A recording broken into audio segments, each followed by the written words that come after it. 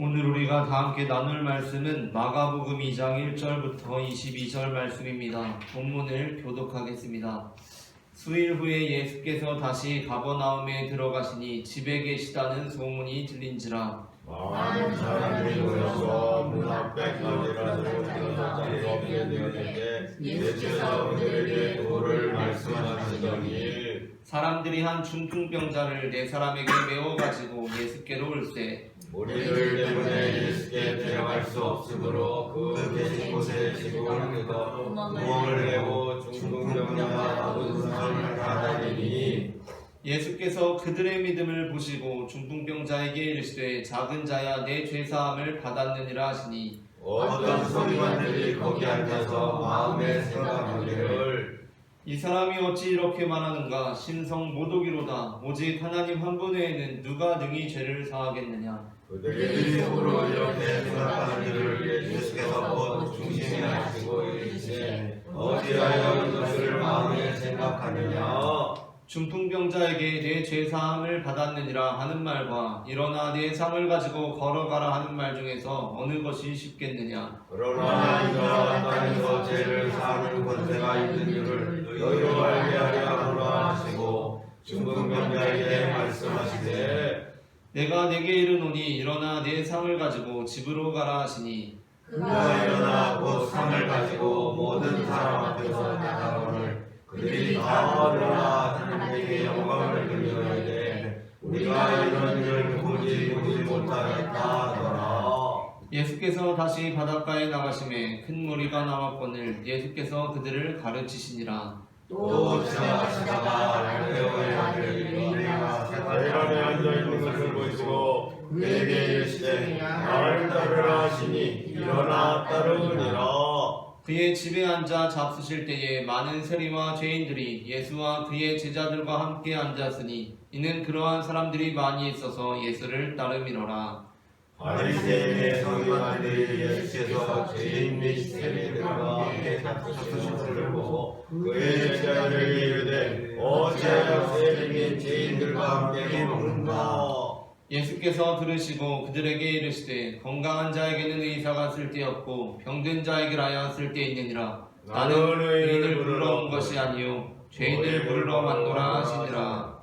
요한의 제자들과 바리새인들이 금식하고 있는지라 사람들이 예수께 와서 말하되 요한의 제자들과 바리새인의 제자들은 금식하는데 어찌하여 당신의 제자들은 금식하지 아니하나이까. 예수께서 그들에게 이르시되 혼인집 손님들이 신랑과 함께 있을 때에 금식할 수 있느냐? 신랑과 함께 있을 동안에는 금식할 수 없느니라. 그러나 신랑을 빼앗길 날이 이르리니 그날에는 금식할 것이니라.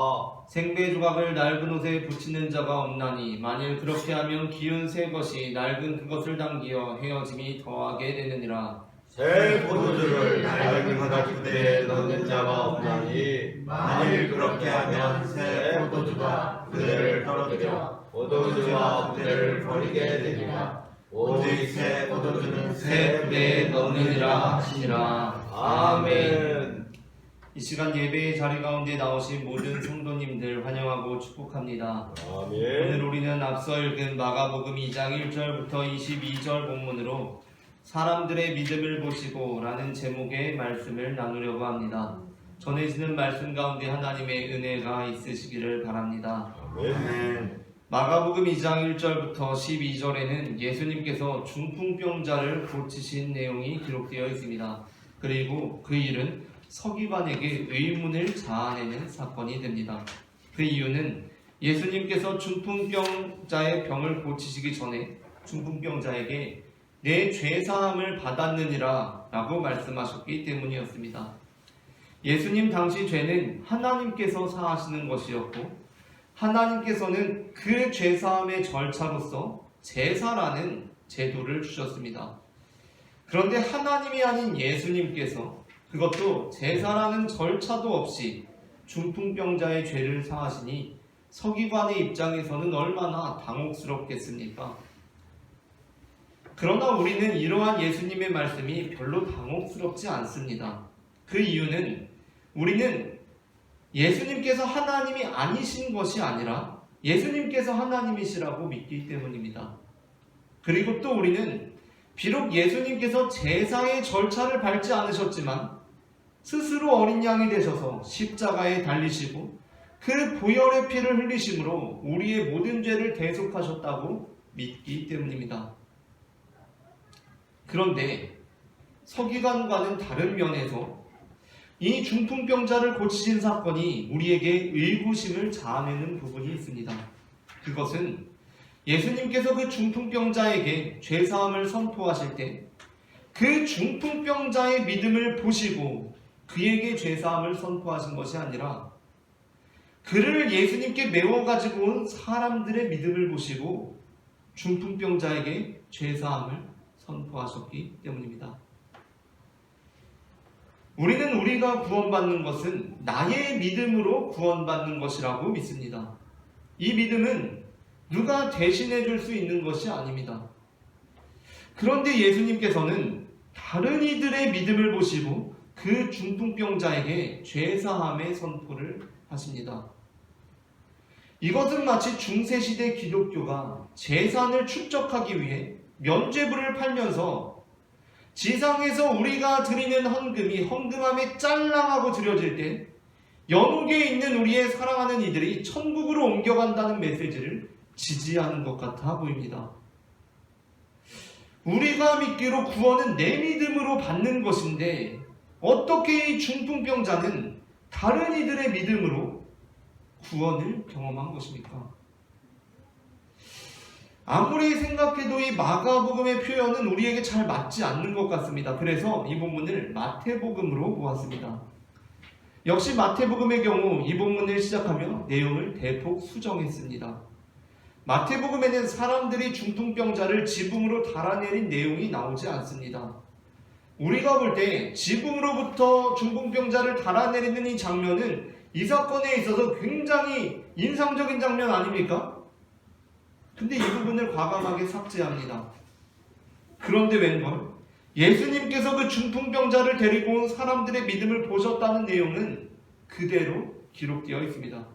마태복음 9장 1절부터 2절을 교독하겠습니다. 예수께서 배에 오르사 건너가 본 동네에 이르시니 지상에 누운 중풍병자를 사람들이 데리고 오는 예수께서 그들의 믿음을 보시고 중풍병자에게 이르시되 작은 자야 안심하라 내 죄사함을 받았느니라. 아멘.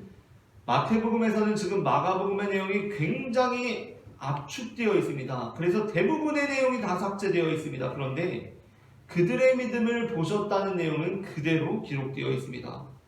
그렇게 별다른 소득이 없이 이번에는 누가복음을 봅니다. 누가복음은 그래도 마가복음과 마태복음이 맺고 있는 그 긴밀한 관계보다는 마가복음과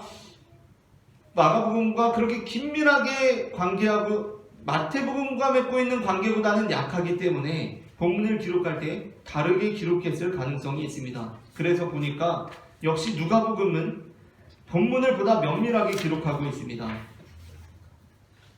누가복음에서 이들이 뜯어낸 지붕은 기와라고 명확해집니다.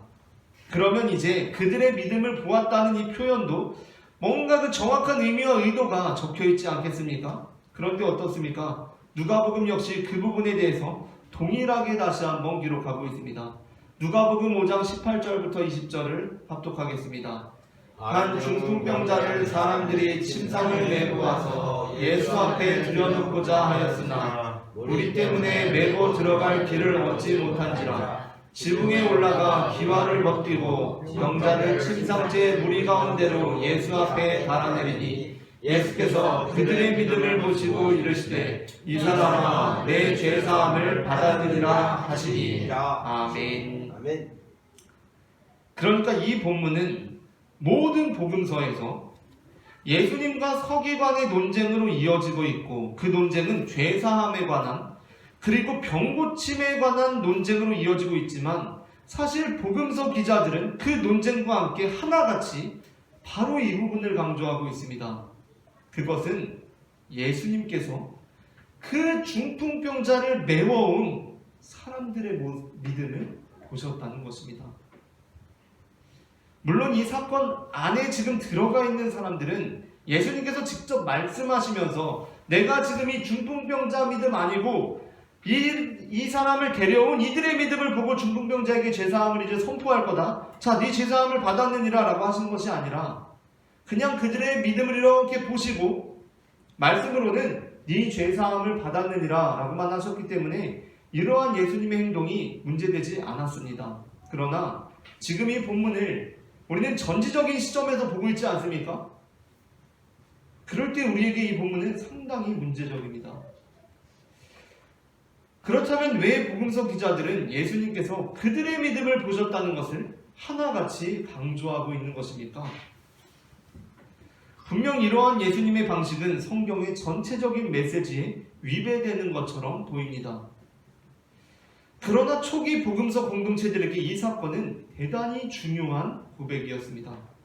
그것은 바로 아무것도 할 수 없는 우리를 구원한 것은 가장 직접적으로는 예수님의 능력이라는 것이고 부수적으로 보아도 우리 스스로의 믿음이 아니라 우리를 예수님께로 이끌어준 다른 사람들 덕분이라는 고백이었습니다. 초기 교회는 당신은 어떻게 구원받았습니까? 라는 질문에 예수님께서 저를 고쳐주셨기 때문입니다. 라고 고백했습니다. 그리고 그렇다면 당신은 어떻게 예수님을 만났습니까? 라는 질문에는 이렇게 대답했습니다. 그것은 저를 예수님께 데려간 사람들이 있었기 때문입니다. 라고 말입니다. 오늘 우리는 내 믿음이 굉장히 중요한 시대를 살아가고 있습니다. 신앙생활에 있어서 내 믿음이 중요합니다. 그래서 당신은 어떻게 구원받았습니까? 라고 물어보면 예수님 믿어서 구원받았습니다. 라고 대답합니다. 물론 그 대답이 틀렸다는 것이 아닙니다. 그런데 여기서 방점이 예수님에 있기도 하지만 한편으로는 그 앞에 생략된 제가, 바로 내가 라는 말과 그 뒤에 이어지는 믿어서라는 것에 더 크게 찍혀 있다는 것이 문제입니다. 그래서 그럼 당신은 어떻게 예수님을 믿게 되었습니까?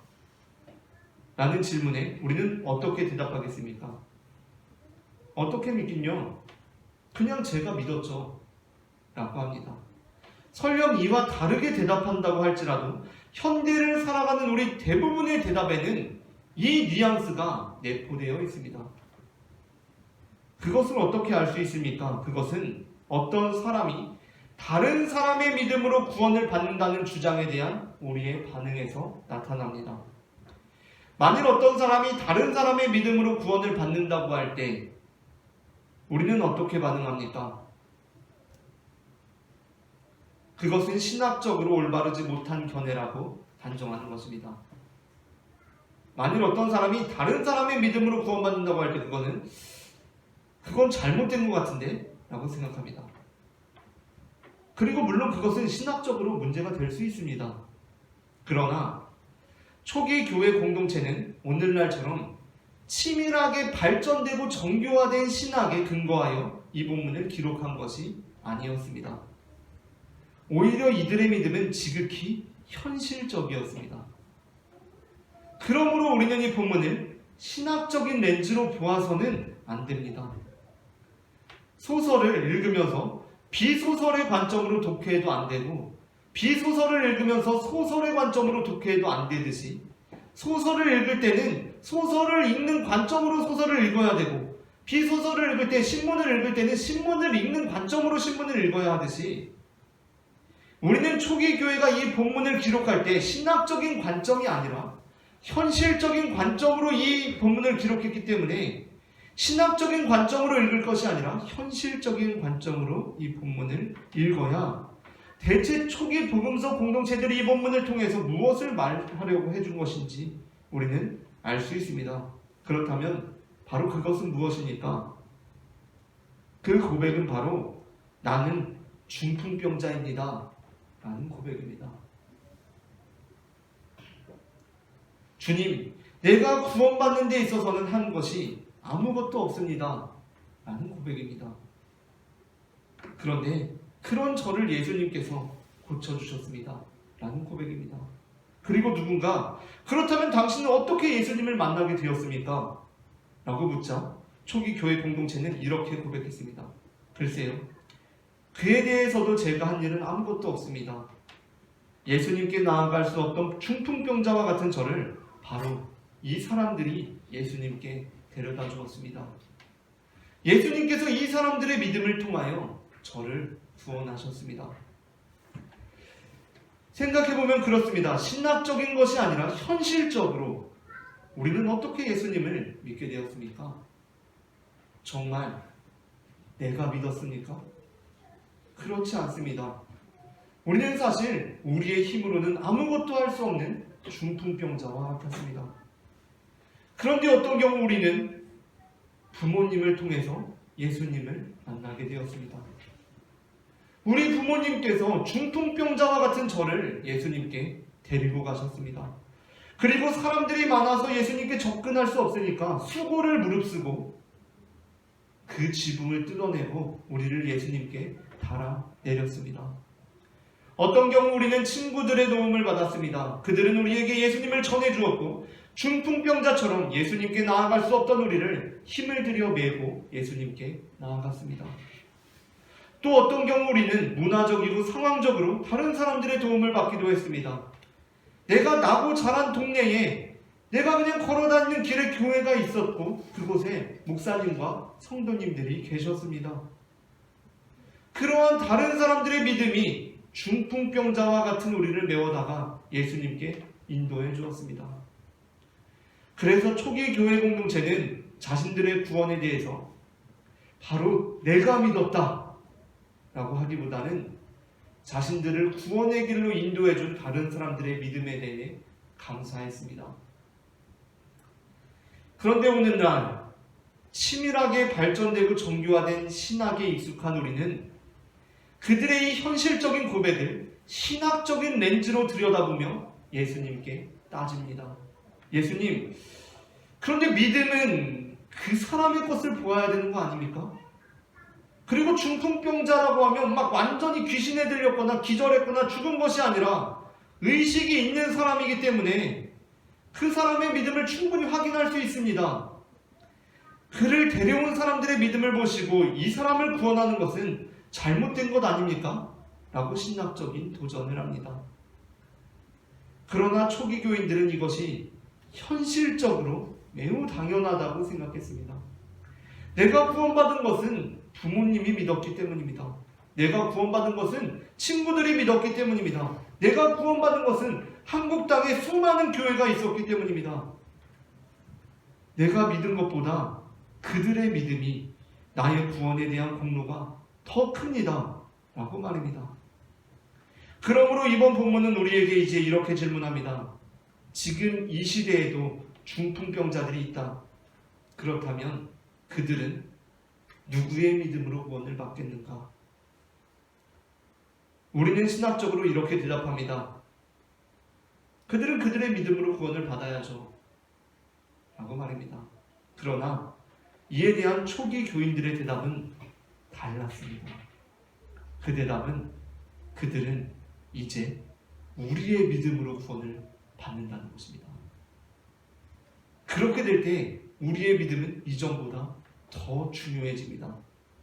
우리의 믿음에는 단순히 나의 구원의 문제만 달려있는 것이 아닙니다.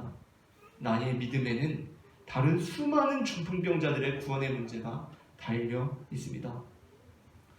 사도 바울은 로마서 10장에서 우리는 우리 스스로의 믿음으로 구원을 받는다고 분명하게 말씀합니다. 9절부터 10절의 말씀을 합독하시겠습니다. 내가 만일 내 입으로 예수를 주로 시인하며 또 하나님께서 그를 죽은 자 가운데서 살리신 것을 내 마음에 믿으면 구원을 받으리라. 사람이 마음으로 믿어 의에 이르고 입으로 시인하여 구원에 이르느니라. 아멘. 여기서 사도 바울은 특별히 네가 네 입으로 네 마음으로 믿으면 구원을 받는다고 특별히 너를 강조합니다. 그러니까 이 믿음은 다른 누구도 대신해 줄 수가 없다는 것입니다. 그러나 사실 사도 바울이 여기에서 너를 강조한 것은 그 능력의 반경을 그 믿음의 능력은 사실 엄청 큰 건데 너로 제한하기 위함이 아니었습니다. 이어지는 11절부터 13절에서 사도 바울은 이렇게 말씀합니다. 본문을 합독하겠습니다. 그런즉 그들이 믿지 아니한 이를 어찌 부르리요? 듣지도 못한 이를 어찌 믿으리요? 전파하는 자가 없이 어찌 들으리요? 보내심을 받지 아니하였으면 어찌 전파하리요? 기록된 바 아름답도다 좋은 소식을 전하는 자들이요. 한것 같으니라. 아멘. 아멘. 사도 바울은 이어지는 11절부터 13절에서 이렇게 말씀합니다. 성경에 이르되 누구든지 그를 믿는 자는 부끄러움을 당하지 아니하리라 하니 유대인이나 헬라인이나 차별이 없음이라. 한 분이신 주께서 모든 사람의 주가 되사 그를 부르는 모든 사람에게 부요하시도다. 누구든지 주의 이름을 부르는 자는 구원을 받으리라. 아멘. 그러니까 사도 바울이 로마서 10장 9절부터 10절에서 너를 강조한 것은 우리가 혈통과 같은 다른 조건으로 구원을 받는 것이 아니라 우리는 믿음이라는 망치로 혈통의 장벽을 깨부수고 너라는 존재 그 자체로 구원받는 것을 강조하기 위해 네가 네 입으로 네 마음으로 구원을 받는다고 표현한 것입니다. 그래서 사도 바울은 그 다음 이어지는 구절에서 한 사람의 믿음이 개인을 넘어가는 능력에 대해서 선포합니다. 그것이 바로 로마서 10장 14절부터 15절 본문입니다. 그런즉 그들이 믿지 아니한 이를 어찌 부르리요? 듣지도 못한 이를 어찌 믿으리요? 전파하는 자가 없이 어찌 들으리요? 보내심을 받지 아니하였으면 어찌 전파하리요? 기록된 바 아름답다 좋은 소식을 전하는 자들의 발휘함과 같으니라. 아멘. 오늘 이 시대 중풍병자들은 누구의 믿음으로 구원을 받습니까? 우리는 어쨌든 최종적으로는 그들이 믿어야 구원을 받는다고 대답합니다. 맞는 말입니다. 이 진술은 신학적으로 결코 문제가 되지 않는 아주 안전한 표현입니다. 결국에는 그들이 믿어야 합니다. 그러나 초기 교인들은 그렇게 안전한 표현, 그러니까 예수님 주변에 사람들이 많이 있으니까 그냥 여기서 좀 우리 기다려 볼까? 라는 그런 안일한 표현, 그렇게 최종적인 것에 방점을 두고 우리의 책임과 사명을 회피하는 표현보다는 좀 위험해 보이기는 하지만 지붕으로 올라가서 지붕을 뜯는 방식을 택했습니다. 그냥 좀 기다려보자, 그 시기를 최종적인 것에 더 보자 라는 것이 아니라 최선적인 데 관심을 두고 우리의 책임과 사명에 대해서 각성하는 방식을 택했습니다. 개신교는 천주교, 오늘 우리나라 말로 하면 천주교, 구교로부터 분리되면서 여러 가지 성례를 중단했습니다. 그리고 개신교에 남은 성례가 세례와 성찬 둘뿐입니다. 성당에 가면 성례가 훨씬 더 많이 있습니다. 그런데 개신교에서는 세례와 성찬 둘만 지속하고 있습니다. 그런데 대부분의 개신교파는 세례 중에서 특히 유아 세례를 지속하는 편을 택했습니다. 물론 소수는 유아 세례도 중단하는 곳들이 있습니다. 그런데 대다수는, 거의 대부분은 유아 세례를 지속하는 길을 택했습니다. 여기에는 아이러니가 있습니다. 왜냐하면 개신교는 구교의 면죄부신앙, 즉 나의 믿음으로 다른 사람이 구원받는다는 식의 논리에 반대하여 나의 믿음을 강조했기 때문입니다. 그런데 유아 세례는 대표적으로 나의 믿음으로 다른 사람이 구원받는다는 신학의 기초에 있습니다. 이는 개신교 역시 단순히 나의 믿음으로 다른 사람이 구원받는다는 식의 논리를 거부하지 않음을 보여주는 대목입니다. 개신교는 교회와 성직자들이 성도들의 믿음을 빙자해서 자신들의 욕망을 채우는 것을 거부한 것이지, 나의 믿음으로 다른 이가 구원받는다는 이 초대교회의 귀한 진술을 전적으로 거부한 것이 아니었습니다. 이를 여전히 암시적으로 인정하고 있습니다. 그것이 신학적인 토대는 아니지만 현실적인 토대에서는 그렇습니다. 그러므로 우리는 유아 세례에 동참하고 그 현장에 함께하며 바로 우리가 어떻게 구원을 받게 되었는지 다시 상기하게 됩니다. 나는 유아 세례 안 받고 성인이 돼서 내가 결단해서 세례 받았으니까 나는 내 믿음으로 구원을 받은 건데, 나는 그런 고백은 우리들의 고백이 아닙니다. 우리들은 그 어린 아이가, 자기 의지 하나 없는 그 아이가 오로지 부모의 믿음에 의존하여 구원을 받듯이 중풍병자와 같았던 우리 역시 나의 믿음이 아니라 주변 사람들의 도움으로 구원을 받게 되었음을 고백합니다. 그리고 우리는 이제 우리가 그 사명을 감당할 것이라고 결단합니다.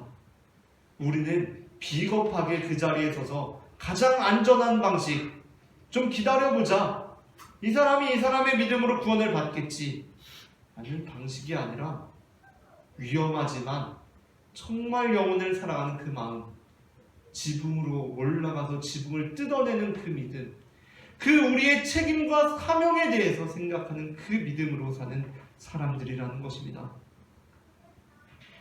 이 시대 중풍병자들의 구원은 결국에는 그들의 믿음에 달려있는 것이 아닙니다. 이 시대 중풍병자들의 구원은 지금 나의 믿음에 달려있습니다. 그 사명을 능히 감당하는 우리 모두가 되기를 소망합니다.